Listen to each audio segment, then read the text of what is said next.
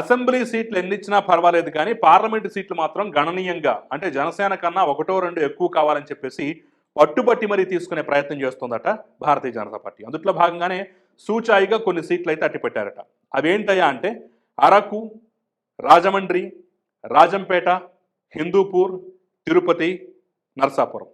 So ఈ చెప్పిన వాటిల్లోనే ఇచ్చేటువంటి అవకాశం ఉంది. మొత్తం ఇస్తారా, ఇందులో సగం కోస్తారా, ఒకటి రెండు కోస్తారా అనేది తెలియదు. ఇక అసెంబ్లీకి వచ్చినట్లయితే ఫలానా సీట్ అని చెప్పట్లేదు కానీ విష్ణుకుమార్ రాజు, కామినేని శ్రీనివాసు, వరదాపురం సూరి, ఆదినారాయణ రెడ్డి వీళ్ళ నలుగురికి ఖచ్చితంగా టికెట్లు దొరుకుతాయి. ఒకవేళ ఏదైనా అద్భుతం జరిగి లాస్ట్ మినిట్లో పొత్తు క్యాన్సిల్ అయిపోయినా సరే వరదాపురం సూరి మాత్రం ఖచ్చితంగా తెలుగుదేశం పార్టీలోకి వస్తారు అనేటువంటి ఒక అంచనా అయితే ఉంది.